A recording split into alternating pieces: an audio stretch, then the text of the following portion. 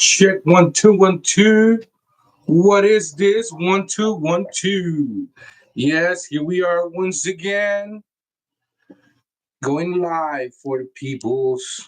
Trying to make sure you guys can see my little bear there, right? And then just let's see what we got going here. So we're live once again. Uh, let's just see. I think you guys can hear me just fine. So at this point, let's go on here and check how the stock market did this week.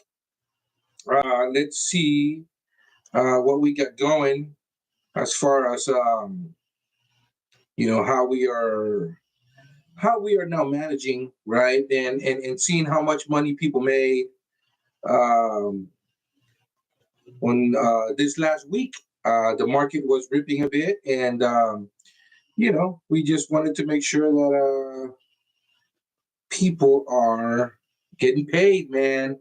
Um, how did the Savage stocks do? Well, I believe they did fairly well. Um, I'd like to think that people made money this week, and what's waiting for us uh, in the coming up week? We don't know right now, but I have the feeling that we're gonna probably keep going down. The more that these companies are coming with earnings and they're showing they've actually downgrading, right? A lot of companies are laying people off. Um, a lot of people that are getting laid off, they can't find jobs because the market right now is saturated with an overabundance of people that are overqualified for positions, right? So we're going to talk about that. We're going to talk about, some covered calls that I sold this past week. Maybe you guys can tell me about some trades that you guys made during the week. I know SoFi hit an all-time high. Well, not necessarily an all-time high, but maybe a 2-year high. And so the people sell covered calls. I think I kind of hinted at people selling covered calls because stocks don't go up forever, right? And so I think it was the RSI was telling us it was oversold. We do have earnings coming up, but I mean, I think that's baked in at this point. So what's going on? All right, let's see what we got here. We got not a lurker. What up, lurker? Good seeing you, buddy. Thank you for tuning in. We got Trip Hazard saying, "Hey, bud, what up, Trip?" And Kent's mom is here once again. Hello, Kent's mom. I hope you guys are doing well and having a good weekend. I'm enjoying the day. I actually, we had some stuff that we had to take care of yesterday with the kiddies and myself. I actually had to get some lab blood work done. And right there, I got the proof. I don't know if you guys can see the little poke, but I had to get some blood work done, and that's all taken care of. I don't know if I told you guys, but your boy said danger for type 2, so we had to take seriously all that information the doctor gave us. They gave us a nice diet plan. I've been walking a lot, making better decisions when it comes to eating. Health is wealth, my friends. Health is wealth.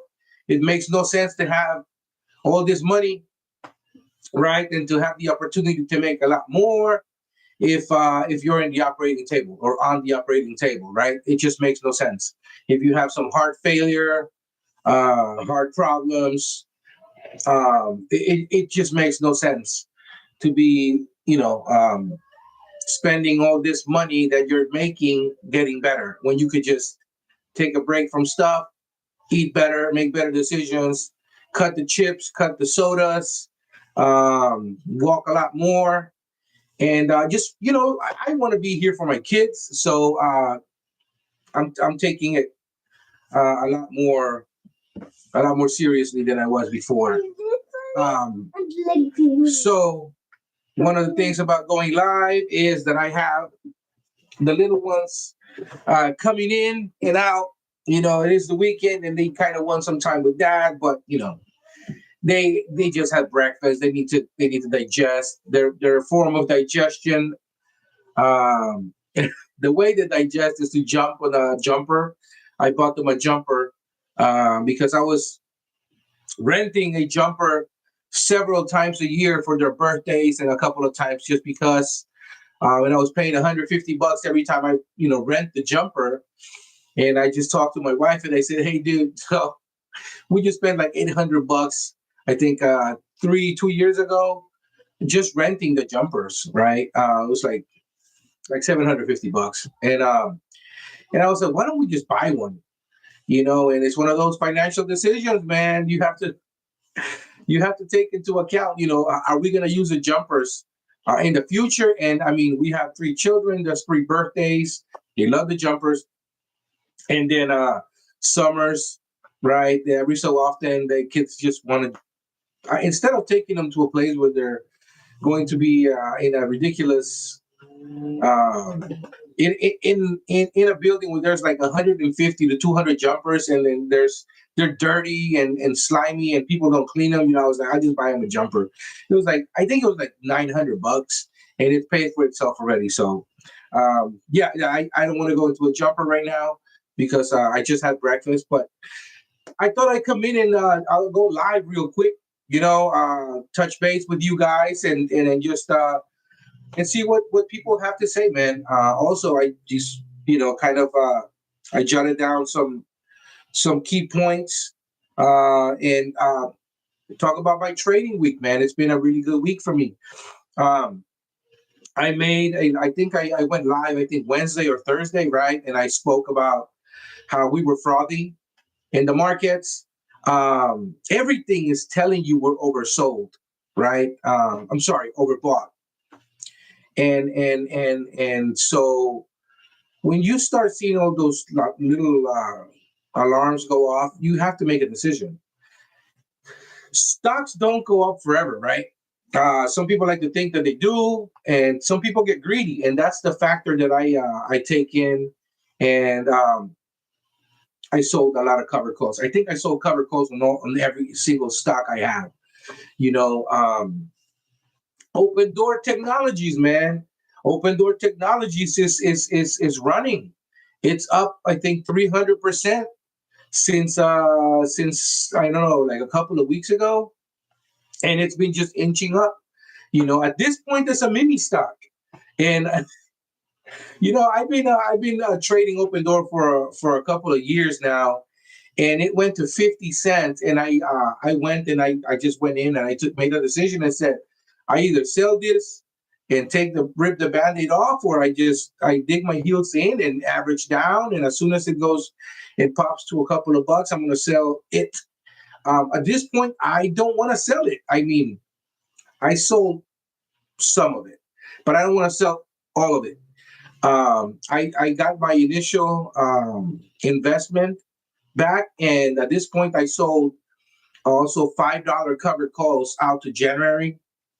I took in like 60 cents per share, which is almost what my average is, right? And so to me, I'm just laughing because if it so happens that it runs, right, I still have several thousands of shares that I'm going to trim. I'm going to sell half my position, right? The position that I have left, and then I'm looking forward to selling some more $5 covered calls, but this time for $2-3 a pop. And that's what I'm trying to do when it comes to Open Door Technologies. I've been pounding the table, I think, for a few months because it was just under $1, and I was telling people do some cash secure puts to just get in here on the cheap. I actually sold.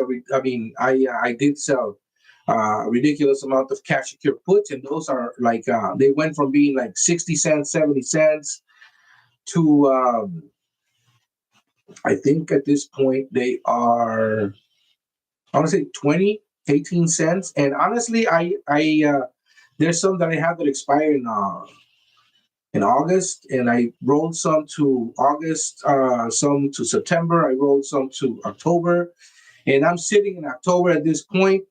I lowered my cost basis to where if I am put those shares, I think it's like 19 cents a share that I would be kind of paying.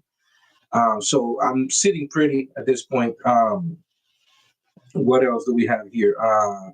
Yeah, man. SoFi hit almost $23 yesterday. I think Uncle Bruce, which is another YouTuber, went live, and I went on and I said, "Hey guys, if you guys um, do know anything about the stock market, remember that bulls make money, right?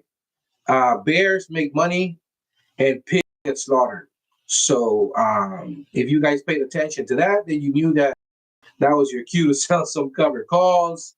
And then next thing you know, SoFi went down a dollar 50, right? So and I think more of the same is coming up, man. It's just a lot of positions have to get calibrated, right? It was the third Friday of the month, so that you knew it was going to be volatile. I spoke my last live about expecting volatility, and I said if we start the market very red, then sell your cash secure puts, and if we start the market very green, look for selling some covered calls, right? So if a couple of people listen to me and my information that I'm dissipating here, which is, again, this is not financial advice. This is for entertainment purposes only, and for educational purposes, right? We're trying to learn more about the stock market and how it moves. Then you made some dollars, man. I had a position on Webull. I actually spoke about Webull and how much I like the company, what it does, and how it's just basically a direct competitor to Robinhood, right? And it was sitting at $12, 12.50, and it ran, I think, in the last day or two to almost $16 a share. I mean, it was expected. I said that's a $20 stock for sure, and it's going to 50. It's going to 60. It's just a matter of time, right? Um, I sold some covered calls on Webull. I sold some 20s. I brought in 250 per share, 245 per share.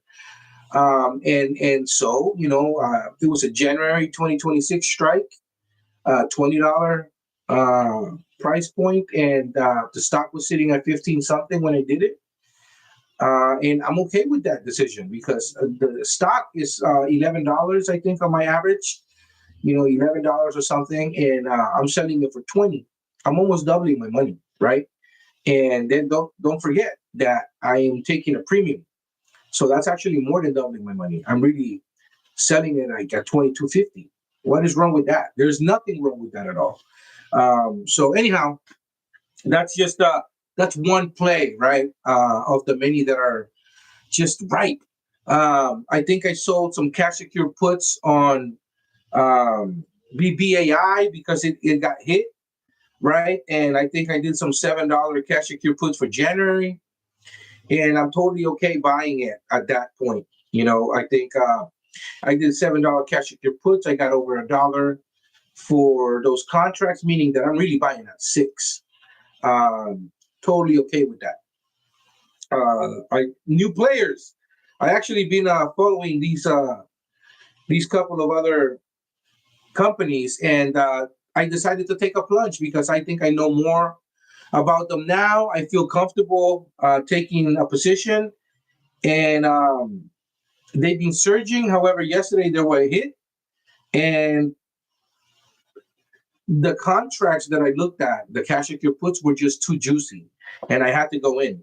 I think I sold some $18 puts on D-Wave Quantum, which is the ticker QBTS. And I think I asked for 475 for those contracts. So I'm basically buying the shares, right, at 13.25. The stock is sitting at 18.71. I am totally okay buying it in the 13s. And that's how you take positions. At least I do. That's how I'm able to cushion blows whenever stocks run down that I like. I feel great because I'm buying them for kind of close to where they are. And if they run up, then I exit my cash secure puts. I take 60%, 70%, sometimes more off of the table, and I go again and sell more cash secure puts, thus generating income, right? And I put that premium to play by buying shares, sometimes at market price. And so you're basically um, getting free money to go into a position you want to be in, and you're buying the company that you want. There's nothing wrong with that at all. So that's one of the plays. Let's see what else we got here. Who is in here this morning other than Kent's mom and the wrench? Let's see here. Trip. Charlie C2. What's up, Charlie? Good morning, guys. Mr. P says, what's up? Oscar Davila says, hi. What's up, Oscar? How you doing, man? I see you put some appropriate work, artwork. Oh, yeah, that's right, man. That bear has been here. I think that the last time I was live, I was closer to the wall so you couldn't see it, but that's my bear, man. That's just like I'm a bear, right? So like you have bulls and bears when it comes to the stock market, and you also have pigs, but I am a bear by heart, and it doesn't mean that I'm not positive on the stock market, right? I look at the positions that people take and the risk when it comes to a company, right? And I'm a realist. I don't deal with hope. I don't deal in feelings. I look at where a company is and if it's valued correctly, right? For example, like D-Wave Quantum, right? It's at $18 a share, maybe, but I would like it to be $14 so that I can load up, right? And if it goes to $14, um, comes down to where I like it, then I could do cash secure puts in the 10, right? 11, so that I can buy it even cheaper if it stays there. And so that's how I add to my position. And I end up getting, 100, 200, 1,000 shares. Then I wait for it to run 10% or more. And that's when I sell covered calls, right? So cash secure puts on red days, covered calls on green days. It's not rocket science, guys. It's just having the discipline to do so and not being greedy, not waiting for it to go to the moon, because it's just not going to happen. Not saying it does not happen once in a while, but it's just unlikely that all your positions are going to go to the moon at the same time. Right. So Oscar Davila says, what's up, Charlie? We already talked about what are my thoughts on open, says Mark C. Mark C saying, what's up?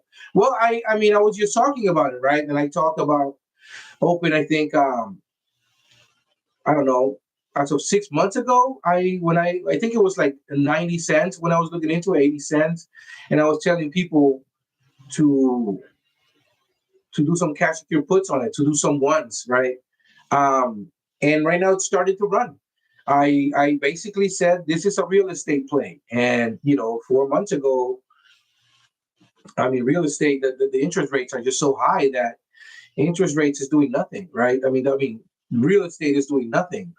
It's just not moving. People aren't buying homes. People are renting a lot more than before, and now rents are starting to creep up. And so, with the way that the administration is jockeying back and forth, and they just flat out um, trying to fire Jerome Powell, who is the one safeguard that we have for interest rates, right? The people that are in the board of governors of the Fed that are kind of the ones that are being looked at to replace Jerome Powell, they've already been interviewed and they've already said, I will do whatever Donald Trump wants. So it's just another extension of the executive branch, the Fed, what's going to happen. And so that Donald Trump already said he wants interest rates to be at 2%, 3%. And he would like for the Fed to cut 300 basis points at once on one go. That's insane, but it's not unlikely now, right? So if that happens, the real estate plays are going to fly, right? your Rocket Mortgages, your Open Doors. Um, I think Redfin got acquired by Rocket Mortgages, so that just tells you that Open Door, it hasn't been acquired, although it could have been. Meaning they actually they're still a player. And what's happening right now is a little bit of a squeeze, man. I think shorts got too greedy. They were trying to bankrupt it, and at this point they're going to have to cover. And I think that the street is now buying more and more shares every day. There's a lot more calls that are being bought up to 2027 at this point. I was looking at the 2027 January $1 and $2 calls for open, and I think they were 40 cents when I looked at them last week. They're now $2. So there's a lot more players in the dance floor, and people are buying calls. I mean, that moves up the price of the stock, right? And then there's a lot more chatter now. Wall Street Bets is in on the action now, right? There's a lot more chatter in Wall Street. So is it a pump and dump at this point? Um, I mean, you can call it a pump and dump. You can call it a squeeze. Uh, Bottom line, people got caught with their pants around their ankles, right? And it's all on whether you want to make some money or not. I'm going to keep my position where it's at right now. I sold a few thousand shares of it, um, yesterday and the day before. I've made several thousands of dollars in profit. Uh, I'm just gonna hold what I have, and I already sold some $5 covered calls for January, generating some income. So if we happen to run to $5, great. I'm gonna roll to $7 for 2027 and bring in more money. Um, and I'm still not gonna do that on all of my shares, right? I'm gonna leave some shares kind of on the side so that if it runs, my price target is honestly $8, $8, $8. If it gets to that, then it's going to 10. As soon as I see it at $8, though, um, that's my cue to maybe sell 90% of the available shares that I have. I'm gonna make a killing, and I'm gonna probably leave, 1,000 shares just there just in case we go to the moon, right? It would be cool if we do, but I think at that point it's probably going to start going back down. What do I expect Monday? I expect Monday to for it to come down a bit, and then people are going to say it's nice where it's at now. It's a good entry point. It's like what? It's like 175 right now, I think, for 275. I mean, that's a pretty big move, because it's a small stock, right? It's yeah. See, it's 265. That's the last trade, I think, yesterday. So I mean, what, $5 next week? It's not out of the question, but $1 is not out of the question either. So it's just one of those things where you have to look at, um, what your appetite is, right? And what are you a long hold? Are you a long term hold? Do you want to just get in there because you want to play the stock market and see you want to swing it? Um, but it's a small cap, man. Small. That's what happens with small caps. Is they move fast. You could easily, if you say like you have a couple of $1,000 and you buy 1,000 shares, you could easily make $1,000. But you could also easily lose $1,000. It's just it's up to you. What type of risk do you have, or do you want to take? The appetite for risk. Is it? Are you one of those people that doesn't mind seeing your portfolio go down $1,000 in a day, especially in such a small cap? Um, I don't know, man. That's whatever you want to do, man. I'm not telling anyone to buy or sell. That time is already gone. I was telling people to go crazy when it was 80 cents. 70 cents. That time is past. You would have tripled, quadrupled your money at this point. Um, dealer's choice at this point, baby. It's all on what you want to do, man, and what are you trying to make a quick buck? Are you trying to see what happens with a few quarter earnings? I mean, it's all on you, buddy. So let's see. Another lurker saying sub and like. Where is everyone? I don't know where everyone is, man. We have like 15 people on right now. Um, so I guess people are it's Saturday. People are enjoying their Saturday. They're out and about. I just wanted to come in real quick and let you guys know that on Monday, right after Uncle Bruce, I'm going live. I'm gonna give it a go, and so it's gonna give us a nice little community to hang out, right? Do a hangout spot, and then we'll get to like trade live. Like I'm gonna go and be trading, and I want to see what your trades are, and then you guys can tell me what trades you guys are in. I'll tell you what trades I'm in. This obviously is not going to be financial advice. It's all for educational purposes only, right? And to just learn from each other. But again, Uncle Bruce is going to start going off the air, I think, in August. So I want to take a more serious role. I'm not saying I'm going to go live 5 times a week. That's a big commitment because I have children. But I see myself going live at least once or twice a week. Maybe at the same time as Uncle Bruce. Be starting at 6 a.m. My time, which would be 9 a.m. for East Coast. If you're like in Japan, if you're like in Japan, Europe, Australia, I don't know what time zones that would be. That's for you to find out. But 9 a.m. California time is probably when I'll start going on. And so, sorry, 6 a.m. California time, which is 9 a.m. East Coast time. And I think that would be cool, right? I may give myself half an hour to an hour of the opening. So maybe I'll get in like at 10 a.m. East Coast, right? Because I also want to trade. And that's like the most important hour is to see how the market reacts to news and such.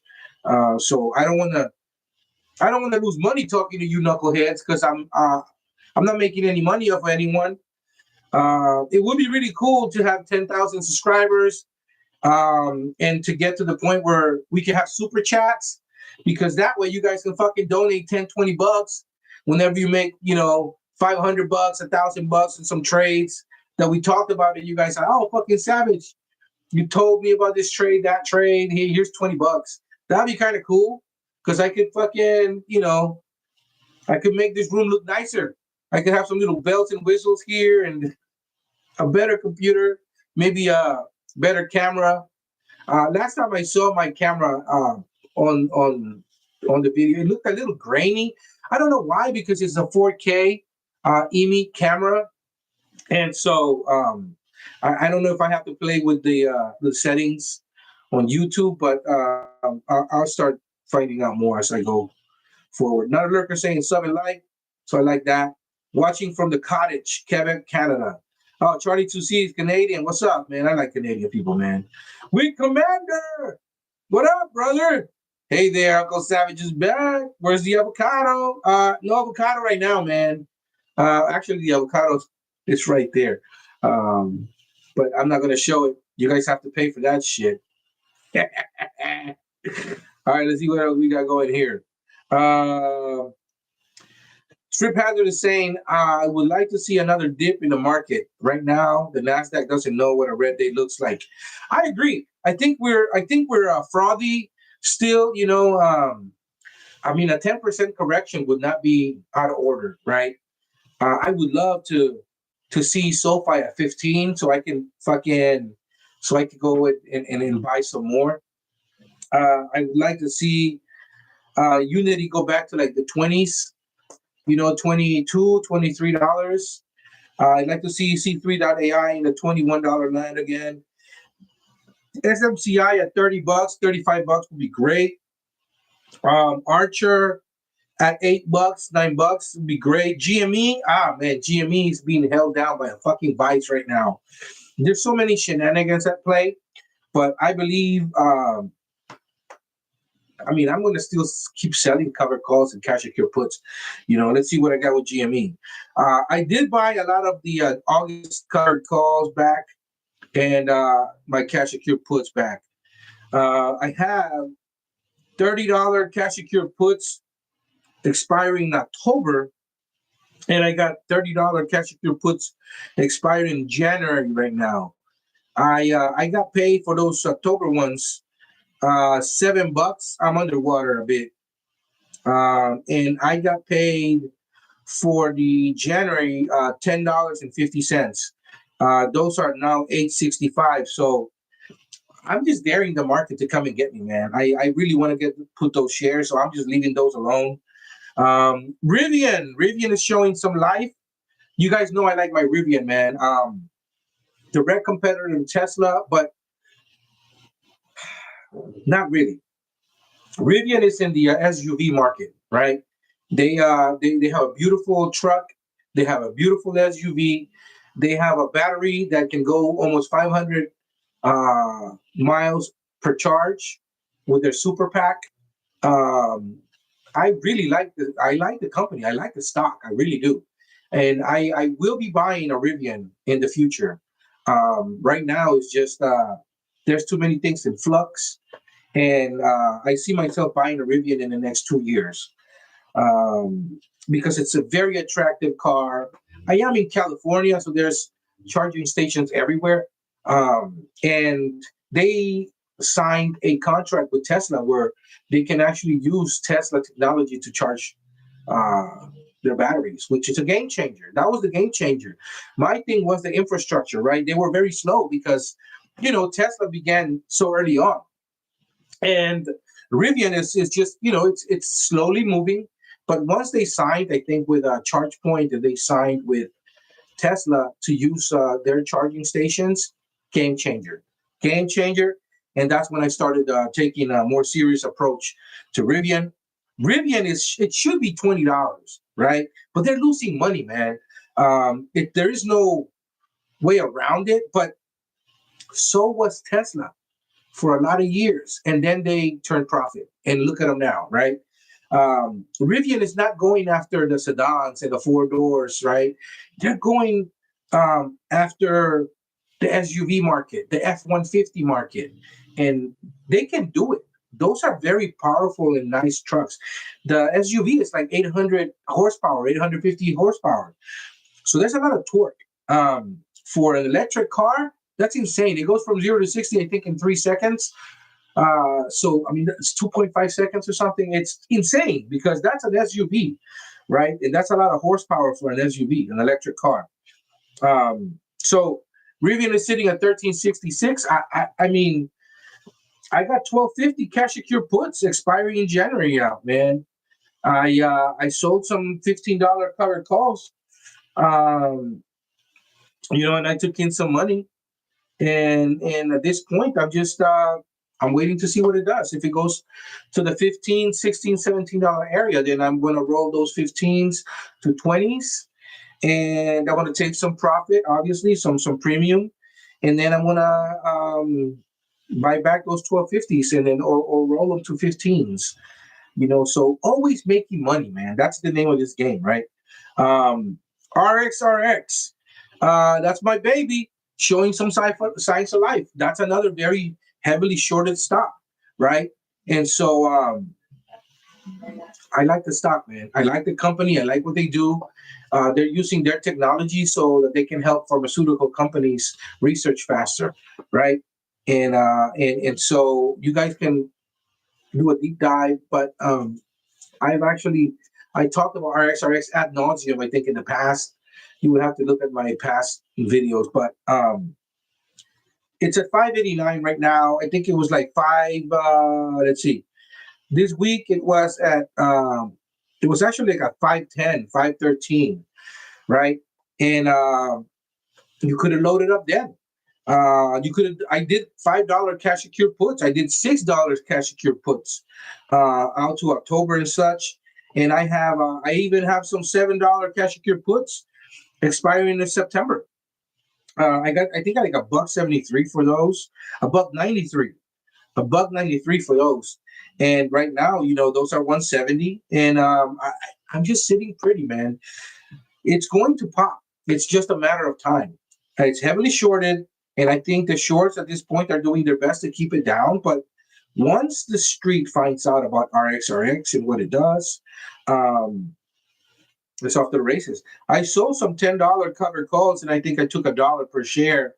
Um, it's 83 now, so no, it's 63. It's 63 cents now. So, you know, once I get to 50% or 60%, I'm probably going to buy those back, and then I'm going to wait for another pop and sell some more.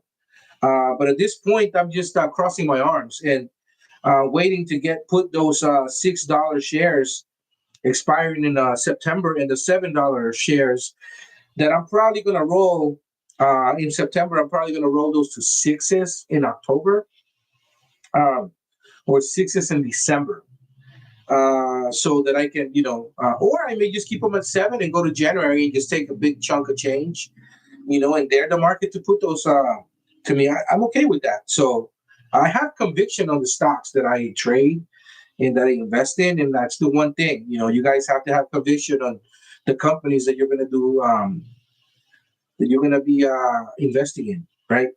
All right, we got Trip Hazard. I answered that. It's really an Nvidia's fault. I wouldn't say it's Nvidia's fault. Um, Nvidia does what Nvidia does, right? And so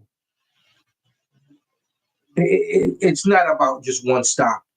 The market is more than just Nvidia, right? The stock market is just frothy at this point. You have, fucking Facebook. I don't even understand why Facebook is valued so high. And then you got, companies like Carvana that should be seriously like $5 a share, and it's fucking $300 a share.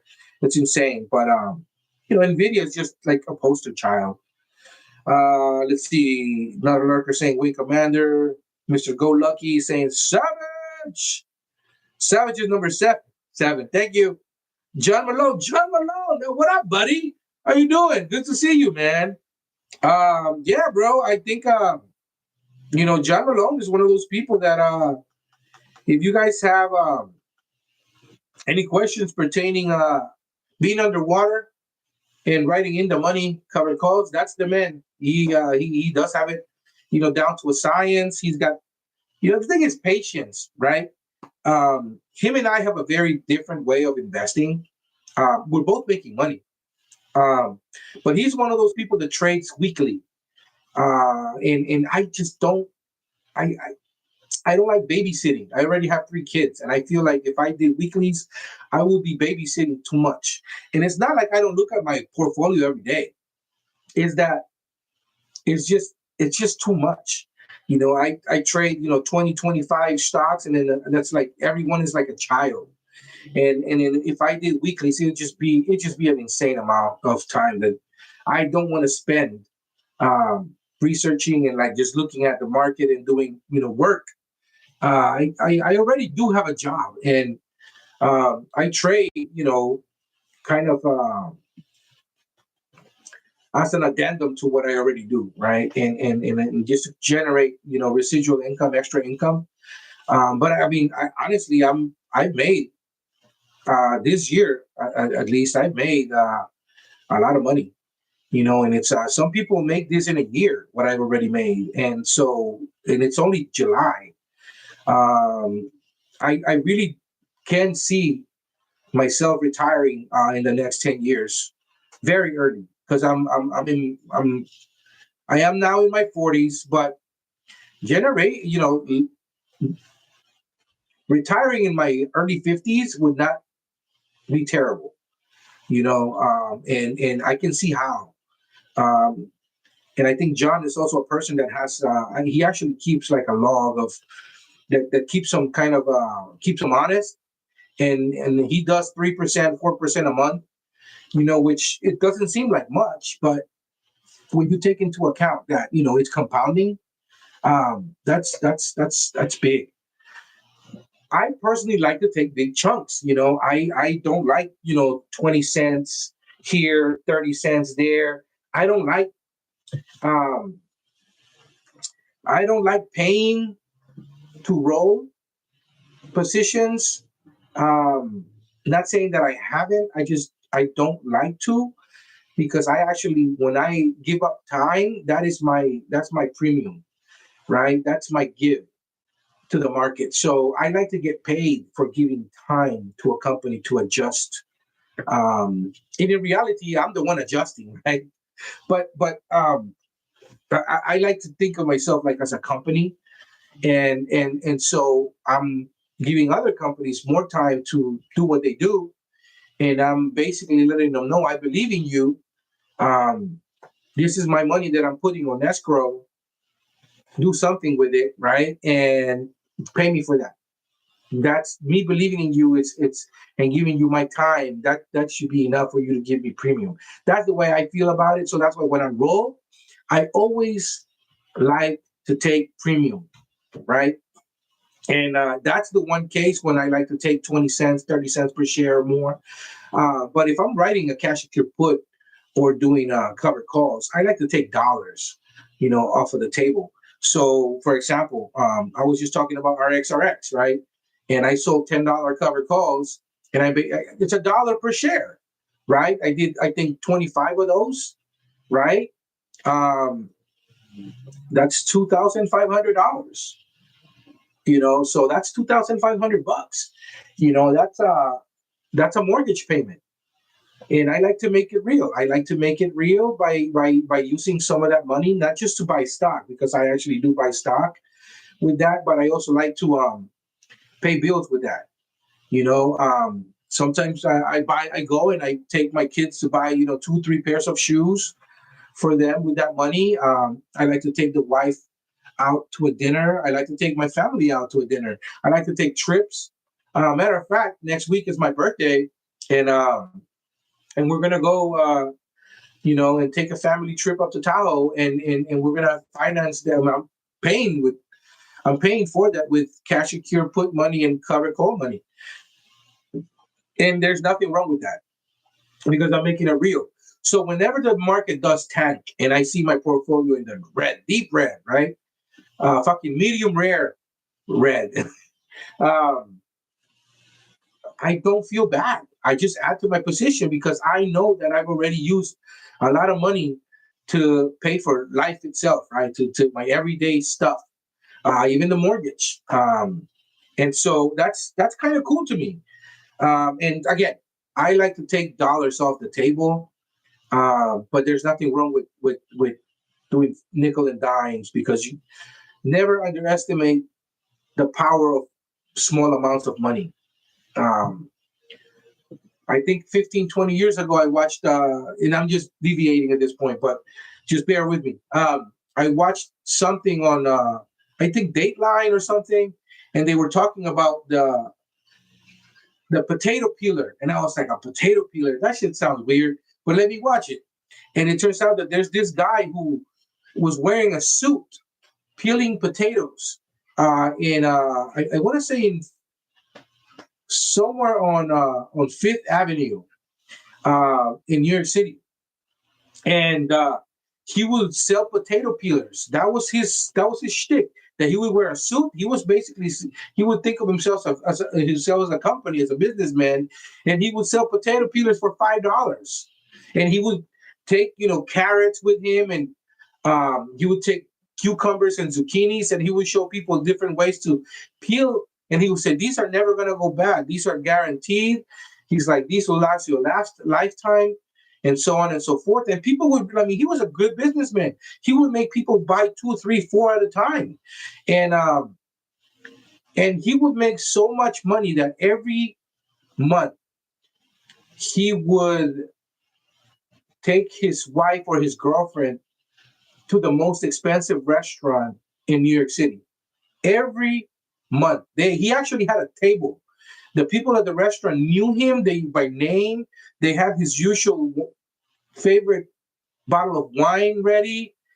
His table was ready at a certain time every month, for him and his girlfriend. And he lived in an extremely expensive apartment in the Upper West Side. Like, he owned it. right? And so that's insane to me. That's the power of little amounts of money. That's what he said. He actually said never underestimate the power of little bits of money, compounded. And so I truly believe in that. So when John Malone does his thing, I think it's fucking boring and it takes too much time.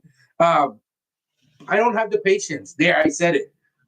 But if you do, that could be a thing.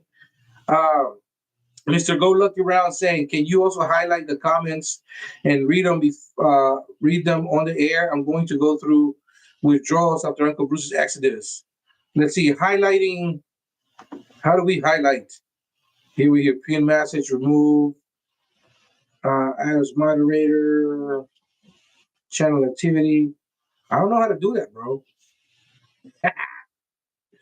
I don't know how to do that. It doesn't let me. Let's see. Do I pin your message? Is that how I do it? Do I put you in timeout? Or do I have user of this channel as a moderator? I don't know, man. I just clicked next to your name and that's what came up. Let's see here. Do we community moderation, participants, timestamps, pop out chat? Is that it? Let me see. Let's see if that works. Pop out chat. Oh no, that's probably not the chat. Let's see here. Top fans. Who's my top fan? Timestamps, reactions, community moderation, engage with your audience. Here we go. Start a poll, Q&A. Okay. Moderation activity participants. All right, Mr. Lucky Go Round. Oh shit, what did I do? Yeah, I gotta find out how to do that, bro. So you're gonna have to bear with me. But it's in the works, man. I used to have my channels basically just for me, like ranting and raving and fucking. I think during the pandemic, people really had a hard time going into the unemployment, with unemployment, and I work in the past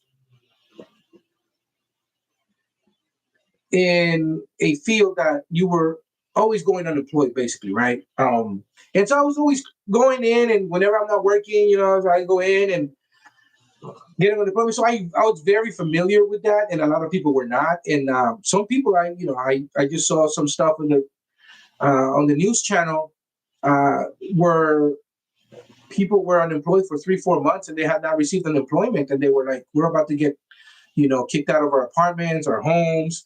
And I thought it was terrible. So I made some videos explaining how, to get on California EDD, right? And how to go about it, how to navigate it, how to answer questions. And then I found out about different numbers that you can call where you could get straight through instead of waiting for like hours. And so, people were very grateful. And that's kind of how this channel started. And then I was like, you know what? I started selling covered calls and started making, profits and making. I was like, this is another way to for people to make money and for me to help people, right? And so I was like, let me just do some videos on that. And so, then Uncle Bruce, and all that stuff, and then I was just like, yeah, let me just go live, and here we are, right? So I never really. Honestly took the time to really go into the nitty gritty and find out how everything works. But I'm gonna find out. I'm sure not a lurker is gonna help me with that because he wants a wrench, right? Here we go. Here we go. Can you highlight the comments? We already did that. Let's see. Jeff Glass. Oh wait, yeah, Jeff Glass. Is Uncle Savage or Uncle Credit? Credit. Savage of Wall Street, baby. How much are the classes? No classes, man. No classes. It's a difference of opinion that I have with Uncle Bruce. I'm gonna leave it up to you, knuckleheads, right? I'm gonna leave it up to you. Like I said, that's why I want to get the super chat going, so that if you guys make a good move and you guys are feeling good about your portfolios and yourselves, and you're in a given mood, you're gonna give me $20, $50, whatever, man. You totally do that. No classes. I mean, if you have a specific question about covered calls and how they work, just ask it and I'll answer it here, right? So spread the word. It would be an awesome thing if you guys could just watch my videos on repeat in the backgrounds. Like if you're gonna go away from home, and just go on YouTube, right? And then put my videos on loop or something, and then so that I can get some traction and eventually get, to like 10,000 subs, and then I can get on the super chat, and then that would be really cool. That's kind of I'm leaving it up to you guys. No classes though. I don't want to do that. One-on-ones, I don't want to do that because I mean it's an obscene amount of money for like an hour of people's time. Not to say that Uncle Bruce is not worth it. Absolutely, he absolutely is. But it's one of those things where um, I don't think that I yet qualified to charge people $600 an hour for my time. Not to say it wouldn't happen in the future. You never know what the future holds. But so right now, like I said, I just want to help people out. To have a community to come in after the Uncle Bruce, takes a break and starts retiring, right? Because I honestly like the community. I think we have a lot of cool people, and then people are gonna kind of look somewhere to go, and like there's a lot of knowledge out there, right? And the worst, my biggest fear is for a lot of people that are new into the game that are just finding out about Uncle Bruce, um, to look for something out there, and then find someone that's got no scruples, and then charges them ridiculous amounts of money, and gives them back nothing, right? So like, there's conmen out there, and I think that's horrible. So again, if you have questions about the market, if I can answer them, this is obviously my take on it, right? And the great thing is that you guys can, if you have a difference of opinion, you can let me know on the comments. So, but no classes. Do you have a picture of a bear because you are bearish? That's the picture right there. Whenever I am bullish, if I am bullish, you'll see a picture of a bull. And again, that's gonna be my shtick, right? And I'm probably gonna have back here like something cool like Savage of Wall Street or something. I don't know, man. I have all these ideas, but like at this point, I work a lot, and the time that I have off, I like to spend with my kids. However, my kids are out of school right now, so and I have the weekend off. I do want to take an hour or two for myself, so I figure I'll go live. And I'm gonna try to go live once or twice a week, kind of after Uncle Bruce. So yeah, when I'm bullish, you'll know because I have a picture of a bull back there. Ken's mom is saying, I think that would be great. Looking forward to watching you more consistently. Highly appreciate your advice. I make some money. Good. That's what I like to hear. Make some money. That's why we're here, right? The name of the game is to make money in the stock market. And don't be afraid to fail. Don't be afraid to make a mistake. You're going to fail. You're going to make mistakes. You're going to lose money. But as long as you can win more than you lose, that's the name of the game. There's some amazing traders out there, people that have made a living in the stock market that started working on Wall Street since they were 20, 21 years old. They're now 60. And they can tell you they maybe win 55% of the time. But that's what you want. If you win 51% of the time, as long as that 51% is more than the 49, makes sense, right? Obviously, I would like for you guys to win 70% of the time, 75% of the time. And that's why my approach is fairly conservative. I don't do credit put spreads. I don't do, call put spreads. I don't do iron con. I mean, I do them, but I'm not going to talk about those because I don't want to put people in those positions, right? Those are very risky. And they take a lot of time. You have to babysit a lot. And I don't want you guys to do that. My thing is going to be cash your puts, covered calls, and then talking about those trades. And obviously, because my background is research, I'm going to talk about companies that I'm looking at. And again, you guys are also welcome to tell me about companies that you are looking at, so that I can look into and be like, you know what, that looks attractive, and let's see what happens, right? I'll do some more research, maybe buy a couple of shares and see how it moves, and after like a while of watching it and seeing how it moves, maybe say, hey, this person's company actually is paying off, so let's see what it's got. All right, so Mr. Go Lucky Go Round. But what do you think about Rivian? I've been racking up some shares like crazy. I think a lot of potential in the future. I just talked about Rivian. I like it. I like it. It's at a very attractive um, point right now. I say 1250 covered cushion cure puts is beautiful. Do it. Rivian trucks are beautiful. I agree, Charlie. Charlie to see says Rivian trucks are beautiful, and I agree. They are. Um, let's see. Californians are buying a lot of Rivians. Just saying, if they do expand to sedans and other vehicles, I think this can go crazy. Yeah, well, I don't think that's their thing. I think SUVs and F-150s, that's kind of their market. That's where they're going at. And make no mistake, the F-150s, I think they're the highest selling car in in the United States, no? Uh, or one of the top three. But I mean, the F-150s, that's a big market, man. Let's see here. Jeff Glass is saying Rivian trucks are fantastic, and the new smaller SUV coming is awesome. The problem I see with Tesla and Rivian is the cost.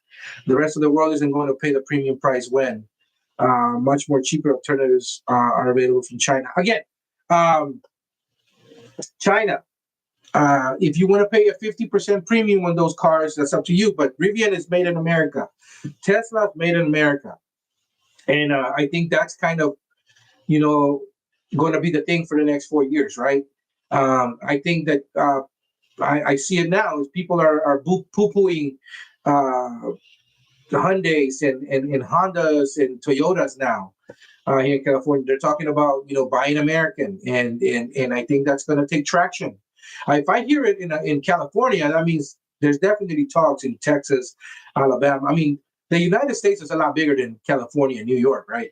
So I can only infer. Obviously, I don't know because I don't live in Texas. I don't live in Alabama. But what I'm saying is that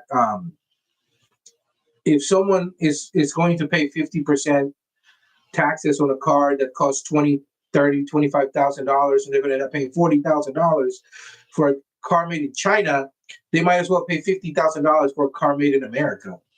And they feel that nice little feeling inside your heart that you're being patriotic, right? But again, it's up to you. I like to spend my money in the community. Um, and I can see how people would like to spend money in America. The next few years, I'm making a case of not traveling anywhere international, traveling only in the United States because I want to keep my money here. A lot of people are losing jobs, so I think that my bit helps, and just spending locally, it's helping the local economy. Spending in the United States is helping the United States economy, and that's how I just my point of view. And I think that I think most people feel that way right now, at least with the tariffs, right? I don't know what the future holds, but as of right now, I want a Rivian. They look nice too, man. Let's see. Charlie to see saying put Rivian on my watch list. Yeah, I would. Another lurker saying it's a Monday yet. It's not Monday yet. It's Saturday, brother. Mr. Lucky saying thanks to Uncle Bruce and making me so much money. Weekends depress me a little. I agree, Lucky. They are depressing, especially long weekends, man. I there's nothing that I loathe more than than a long weekend. Here we go. Mega Prime Supreme saying the going live daily is such a great idea. Yeah, I mean, I know it's like it's just time consuming, right? It's time consuming, and again, I'm not getting paid for this. You got to take that into account. Like, how many of you guys will give 10 hours a week to for free of work somewhere? That's unlikely, right? But I mean, again, I like the community. I like what I'm doing. It's my way kind of giving back, and I've been very blessed to where I come through the Wall Street. Um, investment world, and I've come across some really good mentors, and I'm making money, and I mean, again, it's my way of giving back, and that's it, but we'll see how it goes, right? Let's see here. Lurker's going. All right, Lurker, take it easy, brother. I'll see you in the next one, man. Monday.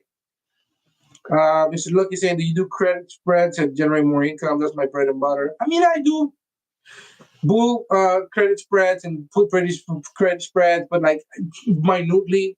And it's one of those things where like it's quick in and out. Usually a little scalping, right? But I'm not going to talk about those because it's just too much work. And a lot of people, they don't even have covered calls down pat yet, or much less cash secure puts. And I think that maybe 20% of the people watching me are really going to be into credit split spreads and such. And like I'm really doing covered calls and cash secure puts. That's going to be what I'm going to talk about. And then like a lot of the companies, right? Like Uncle Bruce would always talk about companies that we would mention in like his 10. And then, 7 of those went belly up for Uncle Bruce. He's a terrible researcher, right? Um, but the information we got from him as far as covered calls and just looking at things from a different perspective, um, that's good. So, I'm taking my approach, which is a lot more research than just looking at numbers right now. Not to say that those numbers are not valid, but like you got to look into more than just the EP ratio, right? And what the forward um, trading value of a company is. You got to look at partners. You got to look at the education of the people that are at the helm. You got to look at stuff they have in the pipeline and such.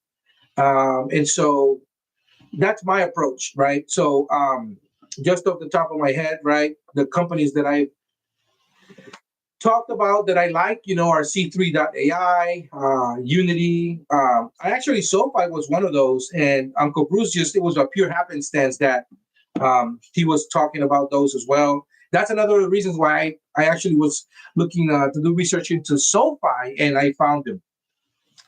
So RXRX is another one of my babies.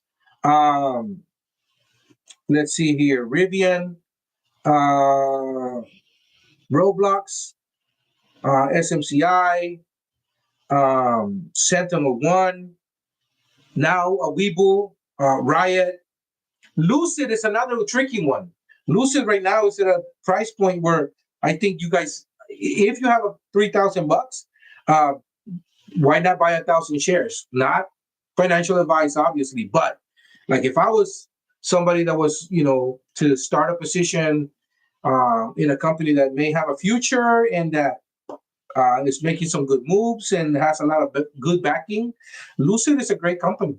They have an SUV that just worked. They just broke the world Guinness record for one charge, and the amount of miles that it gave you for that charge, which was like 750 miles for one charge.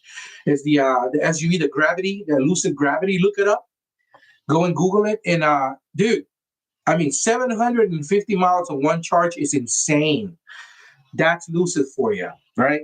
They just inked a deal with I believe Uber. So it's all about inking deals at this point. They're just expanding and inking deals. That's why they're spending a lot of money. Their cash burn is pretty high. But once that happens and they just decide to just start making money and it's just going to go up. So it's another one. Open Door Technologies, right? That baby, again, it's making money. It's now making me money. I'm definitely in the green. And I was talking about it, a year ago, 8 months ago. You can look it up. You don't have to take my word for it. You could just look at my old videos and see what I was talking about. I think I have a lot more winners than losers. Again, I also recommended FRC. That shit went down. I mean, it went down. That's like my biggest black eye up to this point. I made money because I sold covered calls, right? on it, and but it still went belly up. And it was not because of the company. They actually had congressional hearings, but it was because of the contagion.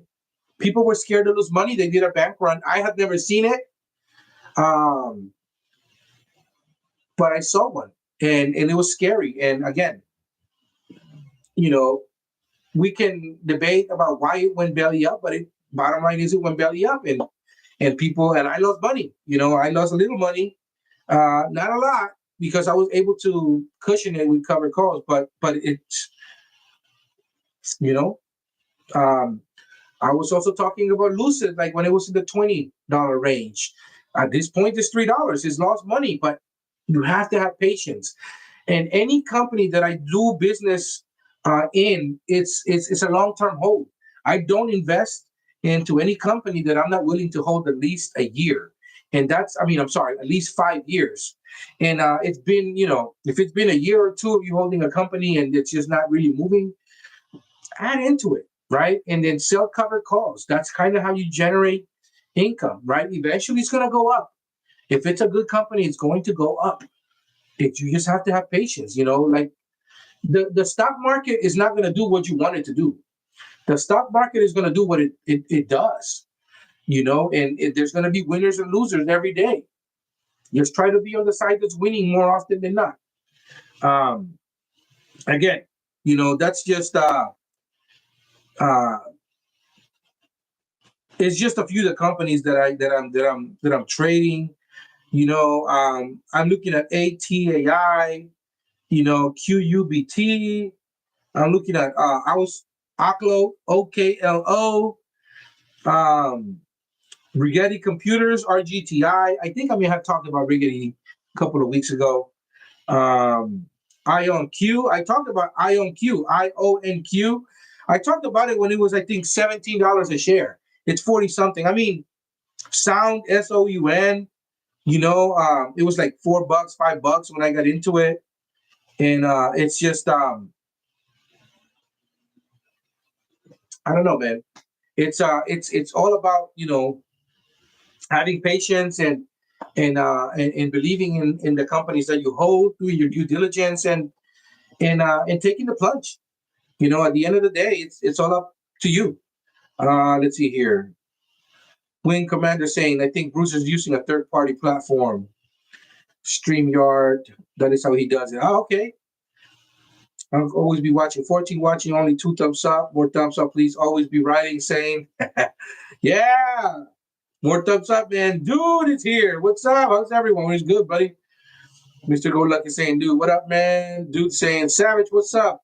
You've helped me, that's for sure.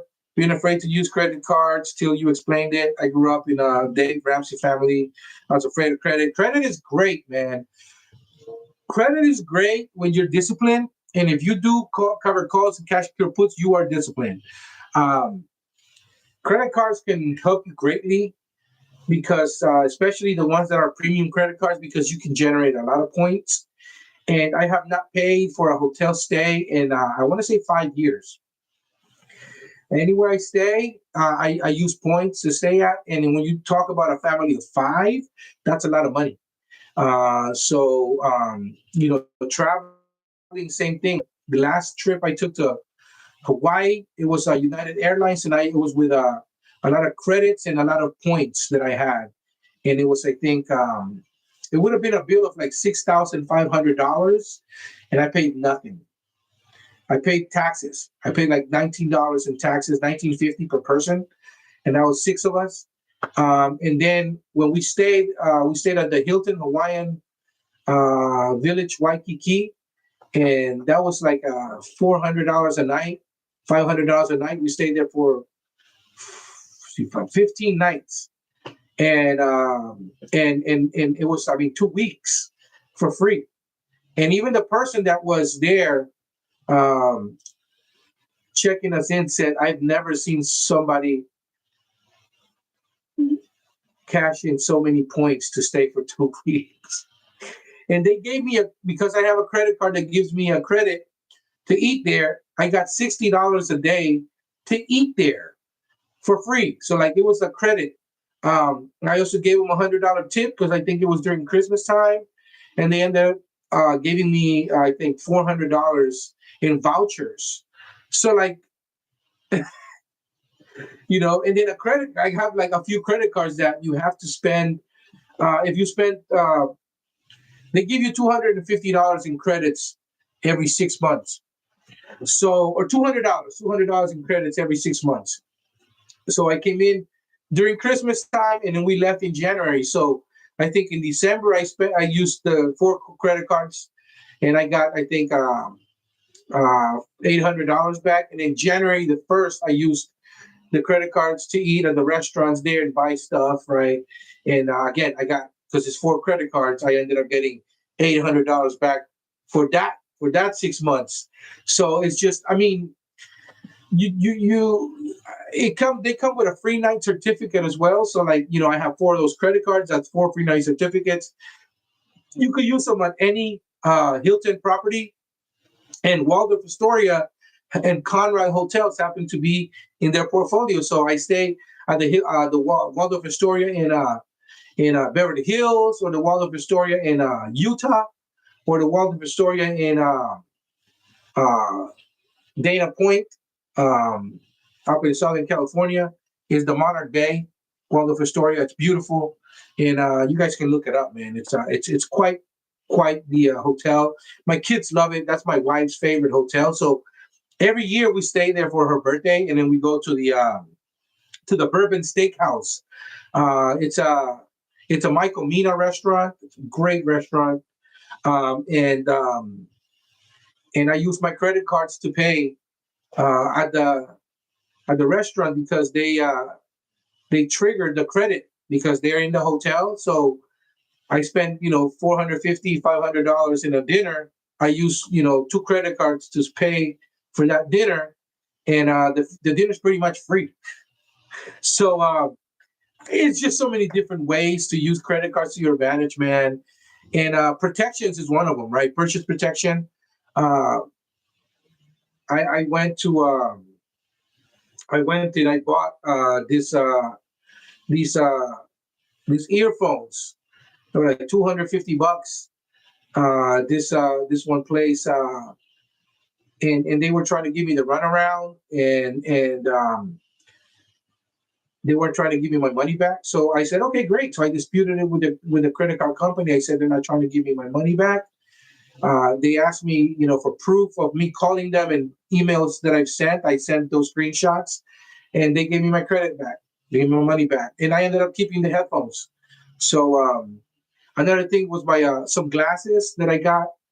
The uh, the place where I went to, they were taking forever with my glasses. There was always something, like one of the lenses was off, and another time they forgot to put the polarized part in it, and another time it was like it was too tight right here. They gave me the wrong lens. It was just a whole thing. So it didn't. Not until like 31, 32 days after the first visit that I ended up getting my glasses, and then they were giving me a headache, and it was just like they were supposed to be these glasses that are like nearsighted and farsighted glasses, and it was just not working for me. And plus, it was blurry. When I would look at stuff down the street, and it was like it's not supposed to do that.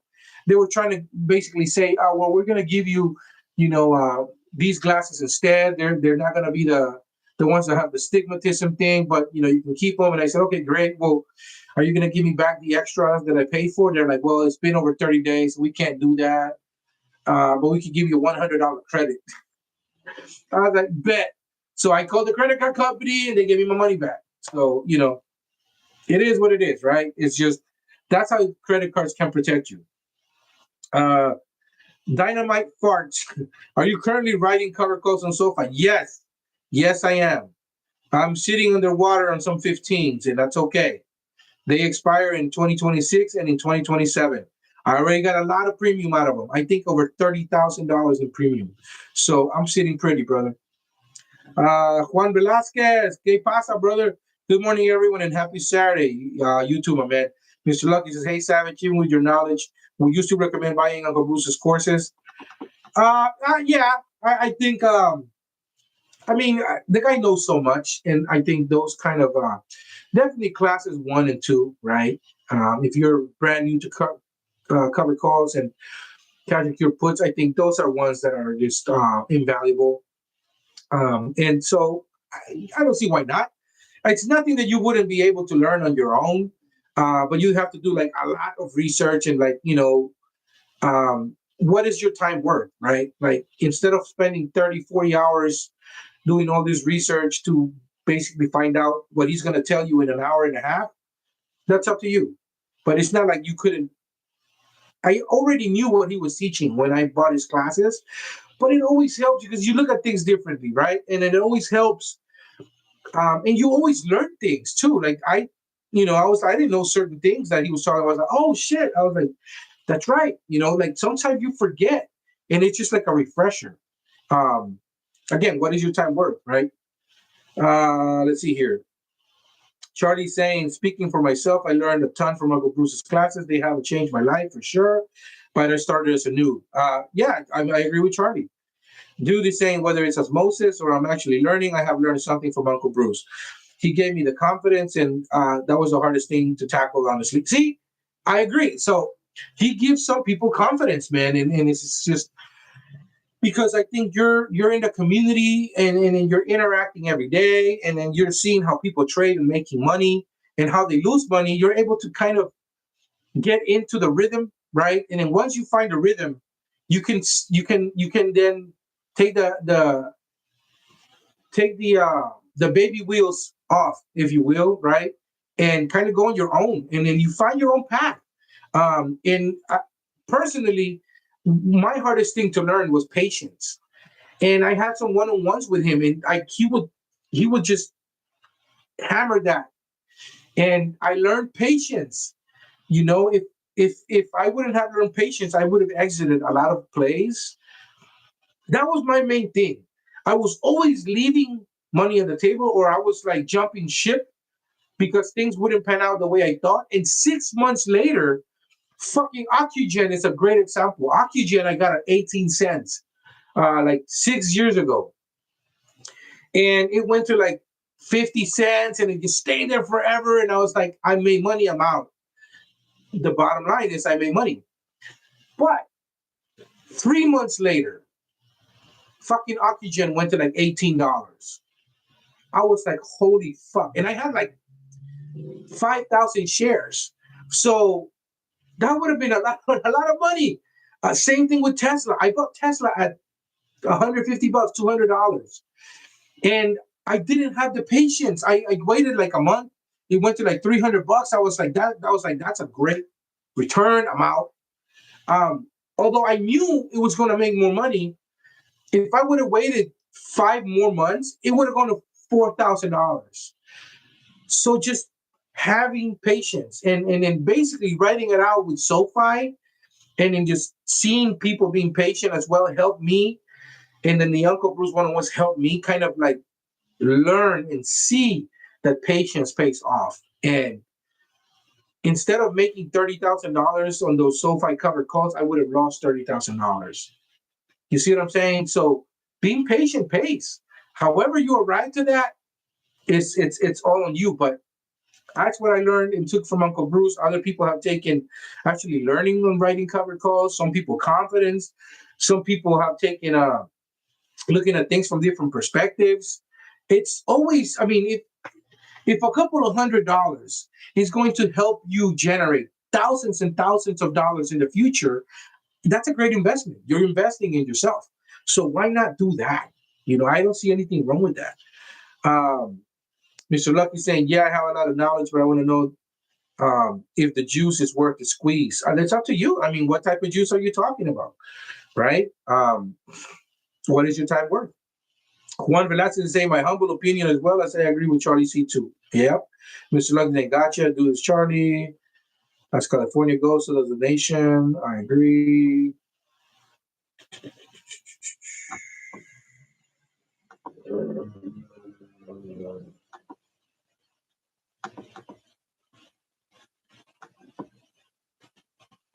Mr. Lucky, I recognize your avatar. I didn't have one-on-one with Uncle Bruce. Yeah, Beach Boy. I should have played. Embarrassing. Oh shit! Today was a one-on-one with Uncle Bruce. I forgot. Dude is saying, honestly, covered calls have performed better consistently for me than spreads. There's a lot of risk with spreads. I agree. I agree. That's why I don't think that newbies should be doing spreads. I think newbies should be sticking to covered calls and cash secure puts. You know, um, honestly, I think newbies should start with cash secure puts. It's just a better strategy because you're literally taking money from entering a position. You see what I'm saying? So if it happens that you put those shares, then you came in at a lower price point than you would have come in. So you're already winning. You're not in a negative because if you would have bought where you're looking at, then you would have go down. And if you just get the money back, right, your collateral, then you made a percentage on the money you were going to spend and invest, and you made money. So now you can go and make more money. You can look at another stock, or you can go at a higher price point, but you can make more money. Let's see here. Dude is saying anyone who is not in the Discord, please join. It's a great way to keep in touch, keep the community going. I gotta run. Peace out, dude. Mr. Lucky saying anybody trade crypto here. Yeah, but I'm not gonna talk about it. I have 500 shares of open. I'm excited. Me too. I have a lot more than that, but I am excited. Savage, what about GME and RXRX? Can you expand? I mean, I already talked about RXRX one. GME, dude, it's just been held down by a vice, Uh, but you already know what it can do. You already know that it's just undervalued. There's $9 billion that they have in reserve. The company has no debt, and they are now they started a position I think in the 80,000s on Bitcoin, and they were I mean that they're up, right? So at this point, I think people are just waiting for the quarterly earnings. It's gonna run. I mean, it's gonna run. It's just a question of when. The street is telling you, the people that gave the loan out to GME are telling you they that company truly believes that GME is at least $31 a share. It's at 23, so it's already devalued $8, right? Um, Selling some $30 cash secure puts out to fucking January is not out of the question. My personal opinion, obviously, right? So selling some $23 cash secure puts for January, not out of the question. I have some 30s and expiring in October in January. I believe in I like the stock, man. I like the stock. It's one of those things, do you want to take the plunge or not? But I like it. RXRX, same thing. I have $6 cash secure puts, and I have $7 cash secure puts on it. I like the stock. I like the company. I like what it does. I see it going to a lot more than $6 a share. But again, do you like the company, right? Like, have you done your due diligence? I can't do the work for you. You're gonna have to go in and see what it does and see if you like it. Mark C is saying I have 1,300 shares of open at a cost of 136. So you're already making money. You already made that $1,300 more. You doubled your money. Nothing wrong with that. If it runs on Monday, maybe I would exit my position by 600, 700 shares and get your initial investment back and let the other ones ride. And if it goes to like $5 a share or whatever, sell some covered calls and take in free money. Why not? Mr. Go Lucky saying, make sure you say hi when you come out of here again. Aloha. Oh, you're in Hawaii, Mr. Lucky? I didn't know that. Right on, brother. Yeah, we always go to Oahu. That's kind of I used to go to shit. Why can't I think of right? Maui. We used to go to Maui with the wife before the kids, but now Maui would be too boring for the kids. So we go to Waikiki because we like to stay in the Waikiki area because the zoo is right there, right? And then there's just always something to do. I also like the amount of beaches. There's at least a lot more family friendly. At least but we have family there as well. We're in the Waimea area, where the family lives. So it's cool. I love Hawaii, man. Like, honestly, if I was to choose a place to live other than California, I would probably be Hawaii. And that's actually, I'm not saying that we haven't talked about it with the wife, man. Um, we definitely have, but I would have to wake up ridiculously early to trade. That's the one drawback. But I actually talked about moving with the wife a couple of times, and we're looking at a few places, especially with the political um, scenario, the way that things are going here in the States. It's just very politically charged, and it's just we want what's best for our kids, right? And we're gonna see what the schools are like this coming up fall. But if we start seeing a lot of negative stuff, and our kids are coming home with like stories, or worse yet, if they experience something very negative, like we're thinking about maybe for a couple of years moving to Spain or Portugal or Japan or Costa Rica or Mexico, because I can trade anywhere. That's the wonderful thing about the stock market is it's always open somewhere, right? And I can trade and make money as long as I have internet. In one of these, I can make money anywhere. And the cost of living somewhere else is going to be a lot less than here in San Francisco. Um, but we have a house. Be a lot of things that we have to take in consideration. But once the interest rates fall down, man, and they want to give me $2 million for the house, I'm tripling my investment. Why not? I go somewhere else in a quick stand, and then come back, or maybe not. I don't know. It's just one of those things where um, I just hate to see the way that the direction the country is going in, and I really hope that it dials back some. But I've been studying, and I don't want to get political, right? But I've been just studying the 1930s Germany, like the late 1930s and the early 1940s, and it was horrible. But there's so many similarities, it's scary, right? And it always starts by dehumanizing a specific, culture, and then bastardizing them and making them scapegoats, and then there's the ethnic cleansing, and that's terrible, absolutely terrible. And I don't like the way things are going. There's too many similarities, and I don't like it. And if I can keep my kids from seeing stuff like that, that's a big deal to me. That's my number one resource is my children, right? That's my legacy, and I want them to be healthy, not just physically but mentally. And that's just the way that I feel. Let's see, Mr. Lucky. So Charlie's saying I'm gonna have to look into open out of the watch list. Good, good, good, good. Look for a pullback. Somebody says they added open as well.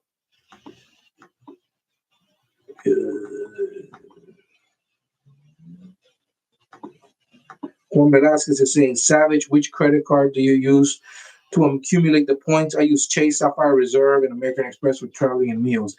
Um, I use the Chase Freedom Flex um, for pharmacies and for restaurants here and there when there is bonuses for those, and for the rotating categories. They have a 5% rotating category for gas, sometimes for shopping on Amazon, sometimes for shopping for eating at restaurants. They combine, right?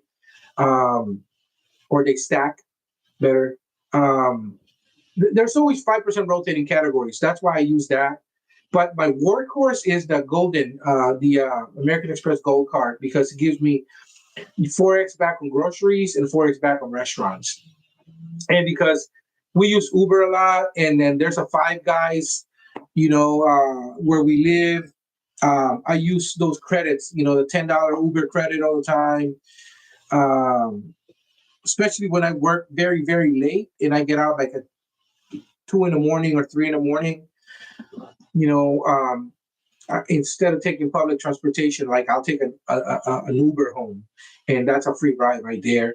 Five Guys, we get a couple of burgers and we get the credit that way.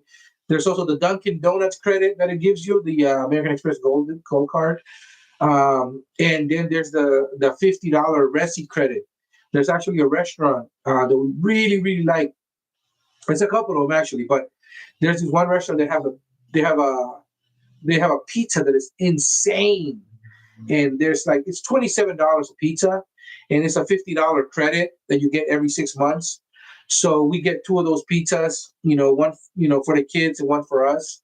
And sometimes they even eat our pizza, but and then we use the Dunkin' credits, for like a couple of coffees every month. So we actually make money with the Gold Card, and because we, a family of six, groceries, get to be a bit much, and then restaurants.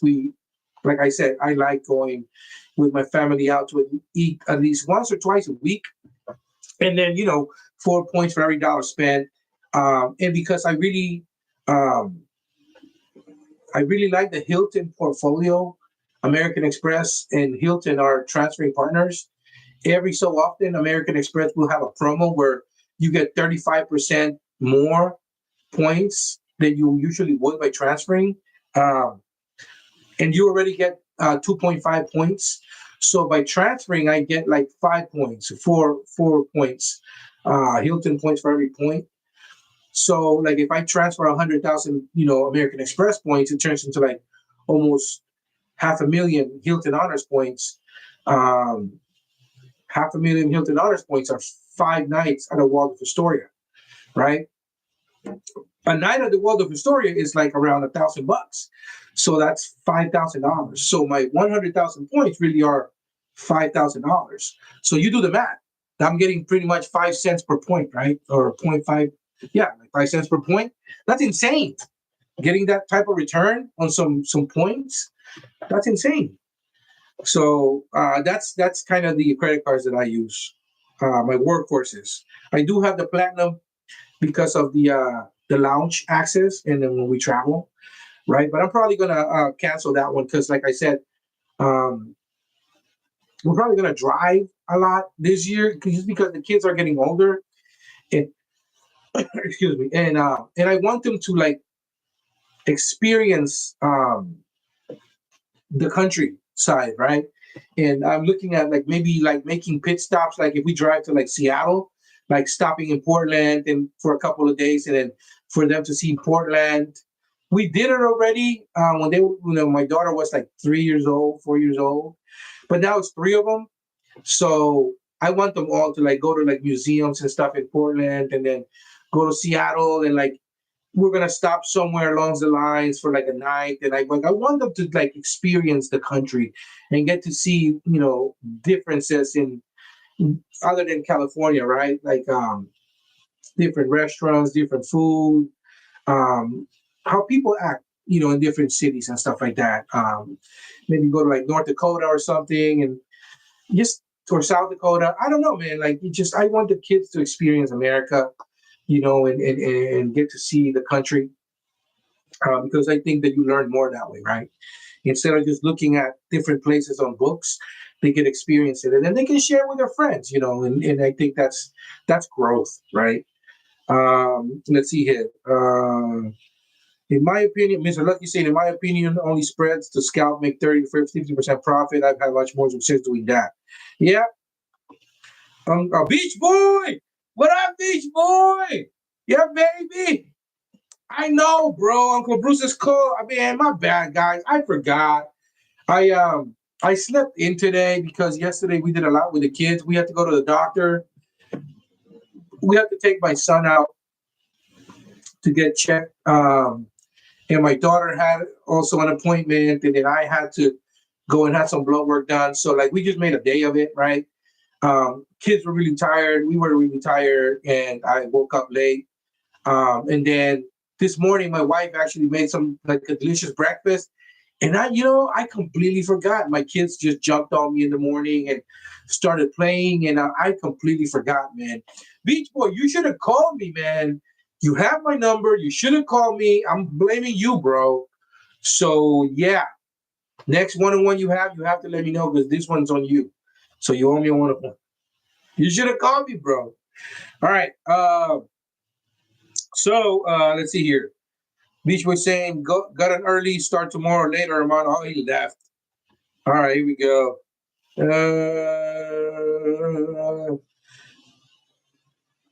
Thanks, Savage, for the update on GME and RXRX. Have a good portion of cash Q puts out 2027. Juan, I think that's great. Need the due diligence. I agree. Lucky saying Amex all the way. I'm pretty biased. My gains take all over yearly fees. I agree. Lucky said Amex Platinum because I like to travel. I agree. It's a good traveling card. I would combine the gold card with that because you could have the trifecta. Well, not the trifecta, but you could basically get paid to travel with the Amex Gold, and you can rack up points with restaurants and groceries with the Amex Platinum or with the Gold. And you can use the credits, Uber credit, and then there's other restaurants that you can get credited. So you could really get paid to have that credit card and rack up points. And then, there's all the offers and stuff you get, right? So you would get the 2 mil for sure. Juan Velasquez saying you get the 2 mil for sure. Savage, I think Uber is also a great investment. You know what? Uber, it already ran. I actually did buy it when it was 30 and it ran to like 60 something and I sold. I just it got in the back burner and I didn't pay attention to it and it just ran. But Lyft is a good one right now because Lyft is like $15. Same thing with Uber. Same thing as Uber. But Lyft is a lot more attractive. Lyft is working on some things in the background. I would check them out because it's just, it's a lot cheaper of an option, right? And they do the same thing. Uber has a lot more contracts, right? But Lyft is working on some stuff. And Hilton is one of their partners now. I think Delta as well. I think they should leave Delta. I think you should get with American or United.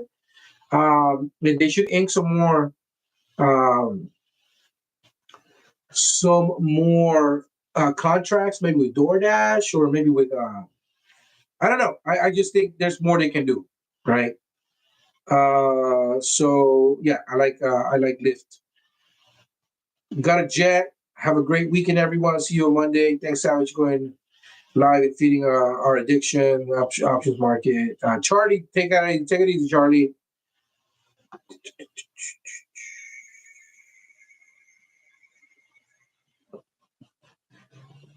I love the pepperoni pizza with a cold Pepsi, says Juan. Every time I travel, I use the lounge. Yeah, I love the lounge, man. That the Centurion Lounge is pretty. It's pretty much the best lounge. We have one in San Francisco, and it's got top shelf liquor up top. The wife likes to have a few mimosas when we travel. I like the fact that you have free appetizers. There's showers. There's some really cool little reclining chairs. I mean, there's so much, right? I mean, I really do think it pays for itself. Do the same. My favorite technique lately is to roll strikes down on my deep in the money calls, on my poor man covered calls on down days, especially when IV is low. I will sell shares to move into deep in the money calls. See, I don't like deep in the money calls, man. There's just not. There's just time is your number one weapon, right? And I feel like deep in the money calls eat into that because you're literally giving up time, and then you're getting charged time. Does that make any sense? Like, just buy the damn stock. Buy the damn stock, sell covered calls, let the data eat away, and then if you get called away, you get called away, and then do it again. I do understand the attraction because you could, for every three deep in the money calls, right? Or for every 100 shares of a company, you could do three deep in the money calls. So you have leverage of 300 shares. But do you really? I mean, when you take into account the fees that you have to pay and then you have to sell let's say the short leg that's called the way, then you have to sell the long leg and then you have to like adjust. I mean, you're actually losing money. I did the math already. I did do deep in the money calls with GME at a point and it wasn't worth it. But that's my personal opinion. And now I just enjoy having the shares now because I can hold them forever. I don't have to worry about rolling. It's just I'm daring the market to take me out. And then if I'm in a position where I'm a week out underwater, then I can roll, right? But I roll like that's the one time that I will roll like a month, and then wait for it. It always comes back down, and then eventually comes down. The um the contract dies worthless, or like I'll buy it for like 5 cents, and then I go 3 months out and bring it out $2-3. It's just the way that it works for me, and I like it. Um, Javier says, "Yay, I can view this from the start while it's still live in the 3x speed." I think it's important to find what works for you. I aim for 5% a month. Consistently is key. Consistency is key. Create a foolproof series of ifs, thens. I agree. Shares never expire. I know. Go lucky. I'm with you. I only use promo blue chip stocks. I did to buy a leap at the strike. I would have paid the purchase. I mean, leaps are look. Leaps are cool, but I don't like selling covered calls on leaps because there's always pops, and then you can get caught like that, which happens often. And once you get caught, it's really hard to claw yourself back, and it's just unnecessary stress. I am so not into stress, bro. I can't even begin to tell you how like not into stress I am. So the less stress in my life, the better. I already have 3 children. They they raise my blood pressure every day as it is. They test me to no end. I don't need any additional stress. And so since I don't like that, I keep it simple, stupid. I do cash secure puts, and I do covered calls, and I do fairly well. And that's it. It works for me. Up to this point, it's if it's not broken, don't fix it, right? And so that's kind of where I'm at with that, man. Let me see here. Can I manage? I'm trying to find out how to highlight um stuff. Oh, here we go. The one that use overlay. Oh, you use an overlay. Okay, I see. All right. Well, anyways, again, guys, if you guys want to do me a favor and kind of watch my videos right on rerun in the background when you're not home, that'd be awesome. I could get more traction, right? And looking forward to doing my first live on Monday morning after Uncle Bruce, so that we can all get together and trade, and we trade live, and you guys can see, what place I'm on live, real time, and then we can go and then kind of go back and forth on ideas, and then see each other's plays and see if we really we're on the same page, or you guys see something I don't see, I see something you guys don't see. I can talk to you guys about companies I'm looking at. In the interest of full disclosure, every company I'm going to talk about, I trade. So I'm obviously going to be a little biased towards that. If you are okay with that, you're more than welcome to watch. Looking at Open Door, looking at GME, looking at SoFi, looking at Unity, looking at C3.ai, looking at QBTS, looking at SOUN, we're looking at Webull, we're looking at BBAI, we're looking at Sentinel One, we're looking at Rivian, RXRX, Roblox, SMCI, ASTS. I mean, I'm even looking at Neo, because Neo is a play that I actually bought calls on. I have over 100 calls. They're $15 strikes for 2027. And it got down to like 17 cents a call. I bought some. I averaged down. I'm at 39 cents on average cost for 150 contracts, it looks like. And I'm ready to go. As soon as Neo pops and I am able to get rid of those contracts, I'm going to sell those contracts and buy shares. That's how you do it.